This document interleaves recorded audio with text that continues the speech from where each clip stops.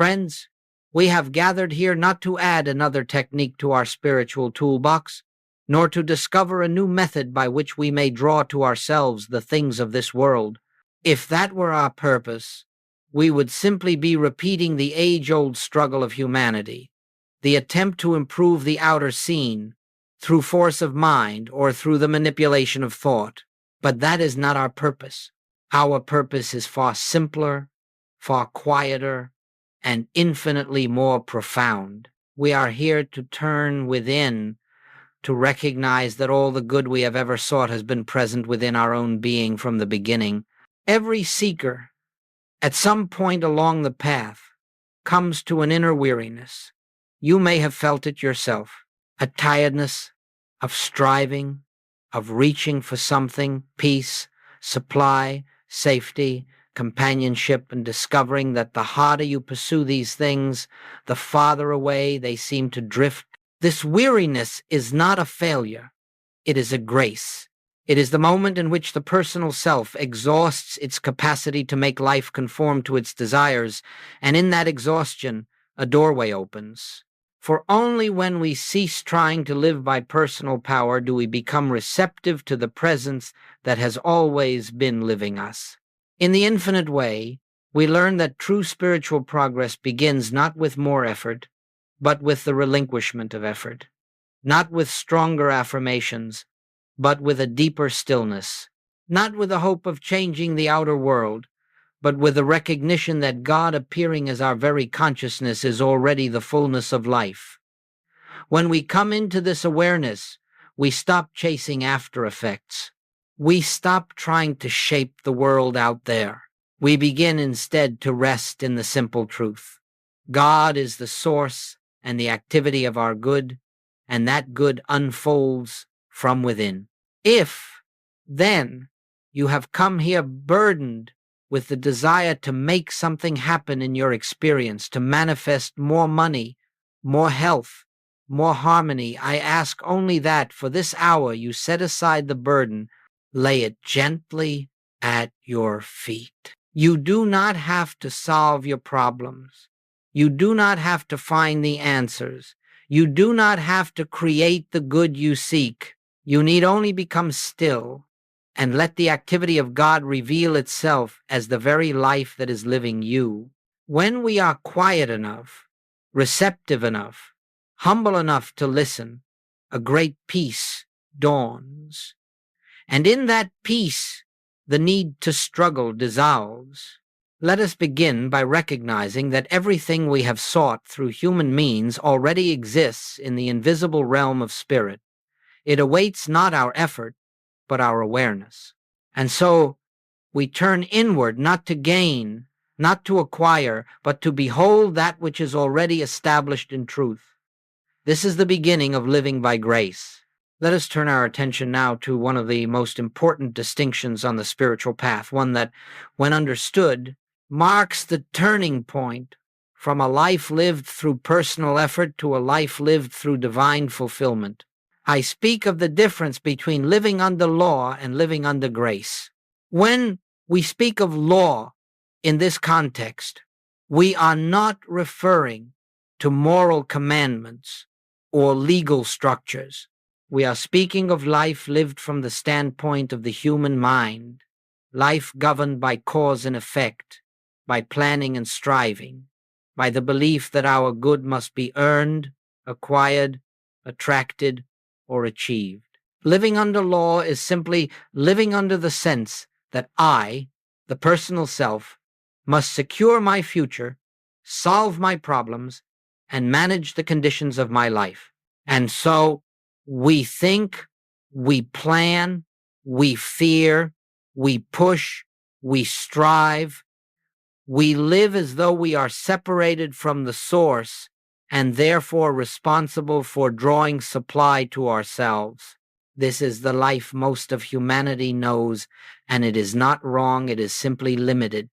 For anything that depends upon human strength or human wisdom is subject to human failure. Anything that must be held through personal power can be lost through personal weakness. This is the bondage of living under law. But there is another way. revealed to the mystics of every age, the way of grace. To live by grace is to live under the activity of God, an invisible presence that goes before us, prepares the way, and fulfills itself as our daily good. Grace is not something we earn, nor is it something we must call forth.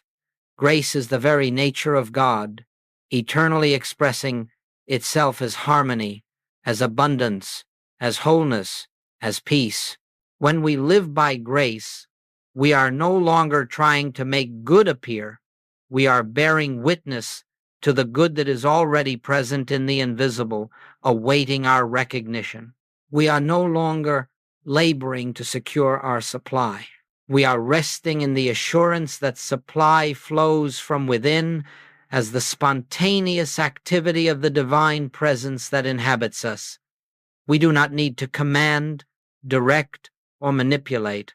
We need only to abide in the quiet realization that God is fulfilling itself as every necessary form of good. And so the shift from law to grace is not a shift in external activity. It is a shift in consciousness.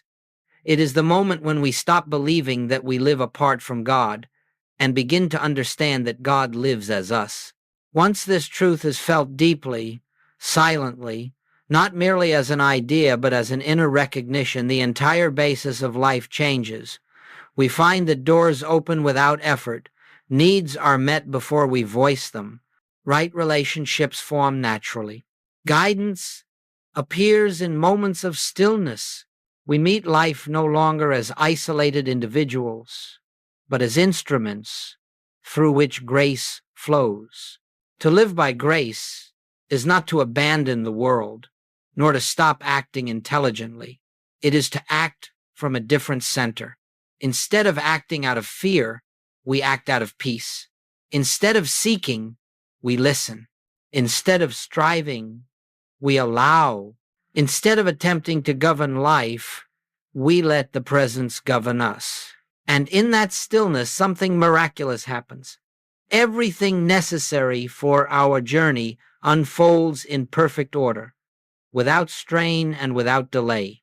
In this way, life becomes an experience of watching, not pushing, witnessing, not manipulating, trusting, not fearing. And this is the beginning of spiritual freedom. As we continue, let us look gently and honestly at a tendency almost all of us bring with us when we first step onto the spiritual path, the desire to manifest. We wish to manifest health, manifest supply, manifest harmony, manifest companionship. And because these desires seem natural, we seldom question them. We believe that if only we could bring into form those things we lack, then our spiritual lives would be complete. But let us look more deeply. The very impulse to manifest reveals that we are still living in the belief of separation. For no one who is consciously abiding in the presence of God feels a sense of lack. No one who knows that God is their life, their substance, their very being, feels compelled to add anything to themselves. The desire to manifest grows out of the conviction that something is missing, that something essential lies outside of us and must be attracted or created. And this belief, this subtle assumption, is the very thing that prevents us from experiencing the fullness of spiritual supply. Whenever we seek to manifest, we are quietly affirming, "I do not have." And no matter how positive our affirmations, how strong our visualizations, how disciplined our practices, if beneath it all lies the belief in lack, we will continue to draw to us the fruits of that belief. This is why so many who work hard to manifest discover only temporary gains, followed by further longing. For the consciousness that sets out to acquire is the consciousness that assumes itself incomplete. But in truth, hear this, in truth, you already embody the completeness of God. The kingdom of God is not something to be brought into your experience through mental means. It is something to be recognized as the spiritual reality of your being. So long as you are chasing effects, you cannot perceive the cause. So long as you are striving to change the outer scene, you cannot behold the inner truth. When your attention is directed outward toward forms, conditions, results, you are looking away from the very source from which all good flows. This does not mean that your desires are wrong. It means only that the way to their fulfillment does not lie in pursuit, it lies in realization. The moment you stop trying to make good appear, the moment you cease attempting to shape life by human power, you create an opening within a stillness through which grace can reveal itself. In that quiet recognition, needs seem to dissolve, not because they have been fulfilled outwardly, but because you perceive that nothing essential has ever been absent. It is this inner shift, this transition from seeking to realizing, that marks the end of spiritual struggle, when you rest in the awareness that God is the fullness of your being. The outer forms appear in perfect order, without effort or fear, not because you manifested them, but because there is no longer a consciousness of separation to obstruct the flow of grace. Therefore I say, cease striving, cease seeking, cease attempting to draw to yourself that which is already yours. Turn gently within and let the presence reveal its own abundance as your experience. Now, let us come to a foundational principle of the infinite way, a principle upon which all spiritual supply rests. And I would ask that you do not try to grasp this merely with the intellect. Let it settle into you quietly as truth dawns gently in the receptive heart. Spiritual supply is not something God gives you. Spiritual supply is God itself, appearing as your consciousness, fulfilling its own nature through you. This is the essence of the teaching. Supply is not money. Supply is not opportunity. Supply is not outer conditions arranged in your favor. These are but the forms, changing, fleeting, temporary, through which the real supply reveals itself. But the substance behind all form, the source behind every good you have ever known, is the presence of God. When you understand this, you will never again live in fear of loss. For what you seemed to lose was never the source. It was but a temporary form through which the source expressed itself. The forms come and go, as all things in the world must. But the substance, the spiritual essence, remains eternally present, eternally active, eternally fulfilling. When Jesus said, "I have meat ye know not of," he was pointing to this very principle.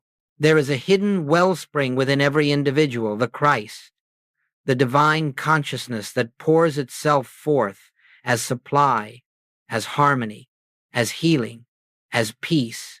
We do not have to draw it forth. We do not have to ask for it. We do not have to convince it to appear. It is forever flowing, forever giving of itself. Our only task is to recognize its presence. When we live in the awareness of spiritual supply, we cease looking to people, conditions, or circumstances as our source. We no longer fear their absence, nor cling to their presence. We begin to see that every form of good that enters our experience is but the activity of God made visible for a moment. The forms change, but the source never changes. You may find that one day your supply seems to come through work, another day through intuition, another through an unexpected avenue, and another through pure spiritual revelation. Do not become attached to the channels. They are not the source. They are merely the ways in which the infinite appears at a given moment. As you realize this, something beautiful occurs. The grip of fear loosens. The sense of anxiety fades. The burden of personal responsibility lifts. You begin to live with a gentle assurance, an inner knowing that your good is not dependent on the world, nor on other people, nor even on your own human strength. It rests in the unchanging nature of God. When this realization becomes established in consciousness not as a concept, But as lived awareness, you will find that supply flows in ways you could never have orchestrated. It appears without strain, without forcing, without anxious planning. It reveals itself naturally, as effortlessly as light fills a room when the curtains are drawn back. This is the true principle of spiritual supply. God fulfills God's own nature as your experience, and the recognition of this truth is the beginning of freedom from all fear concerning your daily needs. As we move deeper into this study, let us look with honesty upon the nature of effort, especially spiritual effort, and see why it so often becomes an obstacle rather than a help. For many who come to the spiritual path, there is a sincere desire to do something, to practice something, to engage in some inner work that will bring about the harmony they seek. And yet, the very impulse to do is frequently the barrier to the realization of truth. The ego, that sense of a separate self, believes that it must accomplish something. It believes it must improve itself, correct the world, generate supply, attract harmony, or hold peace in place. And because the ego feels itself alone and vulnerable, it exerts tremendous effort in the hope of securing safety and fulfillment. Even our spiritual practices, affirmations, visualizations, techniques of manifestation can become subtle expressions of the ego's need for control. But I say to you, where there is effort, there is the belief in separation. Where there is striving, there is the belief that God is not already the fullness of your being. Effort arises from fear. It may appear refined, disciplined, or spiritual, but beneath it lies the quiet conviction, unless I do something, good will not come. And the moment we accept this belief, we place ourselves under the law of personal responsibility with all its burdens and limitations. The spiritual life, however, does not unfold through effort. It unfolds through realization. It unfolds through the surrender of the belief in a self apart from God. It unfolds as we release the compulsion to make things happen and become still enough to witness what God is already doing. Let us be clear. I am not speaking of passivity, nor of neglecting one's duties. Life will always call us to act lovingly, wisely, practically, but action that arises from inner stillness is entirely different from action born of fear. When the ego acts, it struggles, resists, clings, and fears the outcome. When the spirit acts, it does so effortlessly, without anxiety, without conflict, without the sense that anything depends on personal strength. This is why I often say, the activity of God is the law of fulfillment. Your effort is not the law of fulfillment. Your mental power is not the law of fulfillment. Your affirmations and visualizations are not the law of fulfillment. Only the invisible activity of God moving silently as your own consciousness fulfills itself in perfect form. When we stop trying to direct life, to push life, to shape life, something extraordinary happens. Into the silence left by our relinquishment, the divine presence shines forth. It is as though a window has been opened, and the light that was always present finally floods in. This light brings clarity, direction, supply, and harmony, not because we demanded it, but because we no longer obstruct it. So I ask you, gently, where in your life are you striving? Where are you still attempting to force a result? Where do you feel the tension of I must? Wherever you find that tension, you have discovered the activity of the ego. And the remedy is always the same. Lay down the effort, become still, turn inward, and rest in the silent assurance that God is already the life, the mind, the substance, and the activity of your being. In this stillness, grace flows. And what the ego sought through effort, grace reveals through realization. And now we come to the heart of spiritual living, the point upon which the entire infinite way rests, the cultivation of inner stillness. For although truth exists fully and completely within every individual, it cannot be recognized while the mind is filled with noise, while it is occupied with fear, with desire, with planning, with personal will, with the constant search for solutions. We cannot hear the gentle voice of the Spirit while we are shouting inwardly for answers. And so I say to you, let us learn the art of being still, not the stillness of a body forced into quiet, but the stillness of a mind yielded to the presence within. This stillness is not achieved through discipline alone, nor through technique. It is achieved through a simple willingness to stop directing life and to listen for the activity of God. Inner stillness is the atmosphere in which grace becomes visible. When you become quiet, truly quiet, not waiting for anything, not seeking anything, not trying to attract, manifest, or achieve, but resting in the assurance that God is, something begins to stir. A gentle peace rises, not from the intellect, but from the depths of your being. This peace does not come to you. It reveals itself as you. It is the presence announcing its own nature. Do not seek an experience. Do not search for visions, feelings, or signs. Simply enter the silence with one intention, to be receptive to God. And even if nothing seems to occur in those moments, remain faithful. The seed of truth is sprouting beneath the soil of your consciousness, and it will break forth when the ground is ready. Let us consider for a moment what inner stillness actually is. It is the suspension of mental activity. It is the release of personal striving. It is the quiet realization that God is the only presence and the only power, and therefore there is no need to add anything, change anything, or direct anything. In that stillness, you are not trying to live your life. You are letting God live itself as you. This is the beginning of a miraculous shift. As you rest in silence, fear dissolves, not because you conquered it, but because you withdrew the belief in two powers. Lack disappears, not because you attracted abundance, but because you realize supply is the nature of God.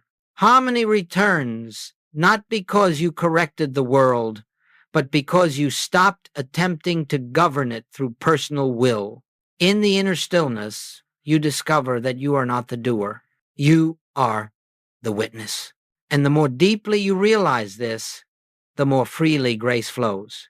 Many students ask, how long must I sit in silence? But silence is not measured in minutes. Silence is measured in receptivity. It may come in a breath, or it may come after many moments of relaxation from thought. Do not strain for it. Do not attempt to force it. Simply become still and allow the presence to make itself known in its own way, in its own time. And when it does, when that quiet click within announces the truth, you will know that you have touched the realm in which grace speaks. And in that wordless communion, all the good you ever sought is already fulfilled. Let us now look at how grace expresses itself in the everyday experiences of our human journey. For spiritual truth must never remain an abstraction. It must become the living atmosphere of our daily walk. And yet, grace does not always reveal itself with drama or spectacle. More often, it comes as a gentle harmony, a quiet adjustment, an unseen hand guiding us in ways we could never have orchestrated. When we speak of health, for instance, we are not speaking of a physical condition that must be improved or corrected by spiritual force. We are speaking of the realization that Life, divine life, is the substance of our being. As we rest in the awareness of this truth, the fear that gives power to disease begins to dissolve. And when fear dissolves, the body often responds with renewed harmony. But even more importantly, we find ourselves lifted into a peace that is independent of the body's condition. We discover that our true self has never been touched by illness, never vulnerable to decay. This recognition is itself the healing. So it is with supply. The world teaches us to measure supply in numbers, bank accounts, salaries, possessions. But spiritual supply is not a quantity, it is a presence. And when we trust this presence, when we stop trying to secure our future through anxious planning, we find that the necessary forms appear naturally. A step reveals itself, an opportunity unfolds, an unexpected avenue opens. This is not magic. It is the natural rhythm of a life lived in alignment with divine harmony. The outer form is always secondary. The inner realization is primary. In relationships, too, grace works in quiet and beautiful ways. When we stop trying to change others, when we stop demanding that they behave according to our expectations, a new harmony emerges. We begin to see through appearances. We begin to recognize the same divine presence that lives in us, living in them. And as this recognition deepens, criticism softens, resentment dissolves, and forgiveness becomes effortless. Sometimes relationships heal, sometimes they gently dissolve. But in either case, the movement of grace brings peace, not conflict. Remember always, grace does not follow our human outline. It does not conform to our desires or our sense of timing. Grace appears as the fulfillment of divine wisdom, not human will. And because divine wisdom sees farther than we ever could, its unfoldment is always perfect, though we may not recognize its perfection immediately. Many students ask, how will I know when grace is operating in my life? And the answer is simple. You will know it by the peace that precedes the form. You will know it when outer good begins to appear without strain. You will know it when decisions flow naturally, when the right people enter your life without effort, when problems resolve without conflict, when you find yourself guided by an inner certainty that is not your own. Grace is not dramatic, but it is unmistakable. It is the evidence of God fulfilling himself as your experience. And as you become more accustomed to turning inward, more willing to rest in the silence, more ready to trust the invisible presence, you will find grace appearing in every area of your life, not as something you make happen, but as something you witness. This is the beauty of spiritual living. Nothing is forced, and everything is fulfilled. Let us now bring this teaching into the rhythm of daily living, for truth must ultimately become the atmosphere in which we breathe, the consciousness from which we act, and the presence we return to throughout the day. Spiritual realization is not achieved in a single moment of illumination, nor is it sustained through occasional periods of meditation alone. It is a continual turning, a continual remembering, a continual resting in the awareness that God is the life of our being. Each morning, before thought begins its activity, take a moment, however brief, to acknowledge the presence, not as a ritual, not as a discipline, but as a simple inner turning. Feel, if only faintly, that life within you, which is not personal, not separate, not burdened by fear. In that quiet recognition, you begin the day not as a self trying to achieve harmony, but as an instrument through which harmony can flow. As you move into the activities of the day, let this awareness accompany you.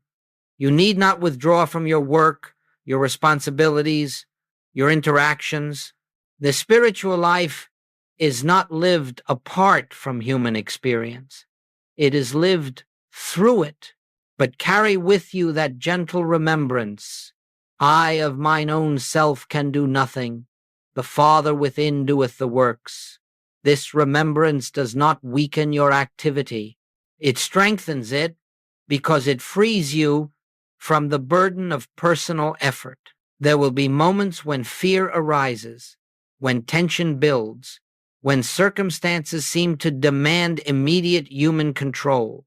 In such moments, pause, even briefly, turn inward, release the impulse to govern the situation with human will, and let the presence, which never leaves you, reveal the next step. You may find that the correct action comes as a clear intuition, or perhaps as the sudden dissolving of tension, or even as the understanding that no action is needed at all.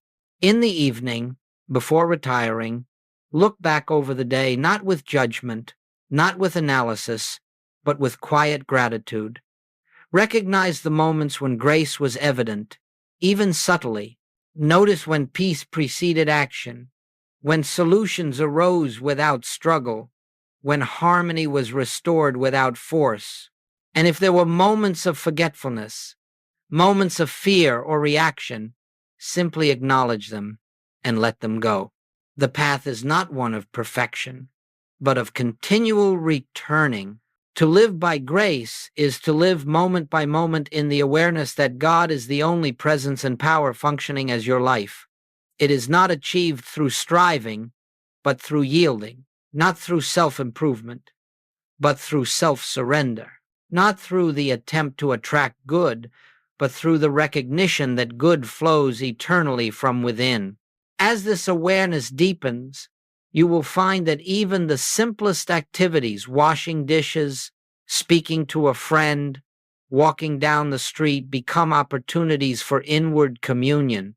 Life becomes a prayer without words, a meditation without form, a continuous resting in the secret place of the Most High. This is the daily walk of grace. Not extraordinary, not dramatic, but deeply peaceful, profoundly natural, silently transformative.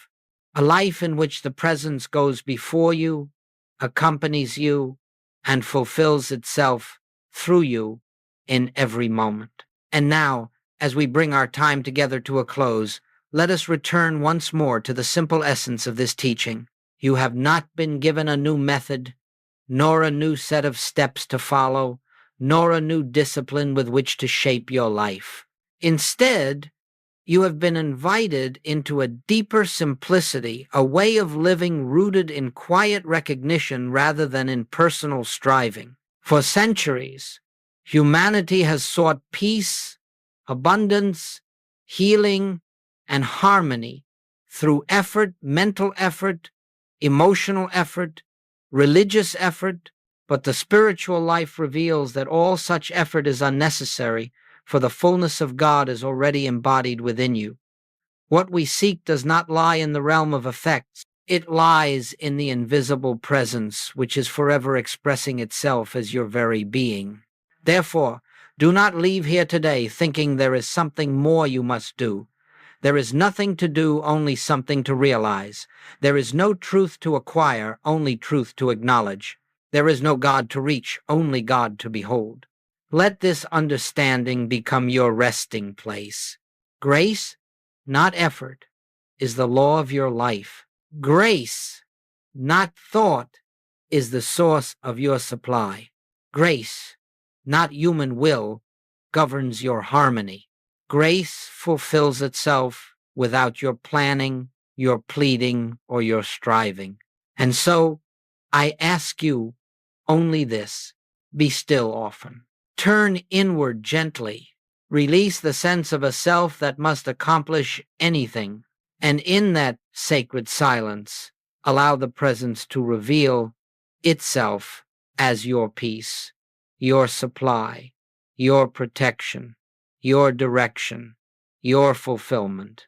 Let God be God in you.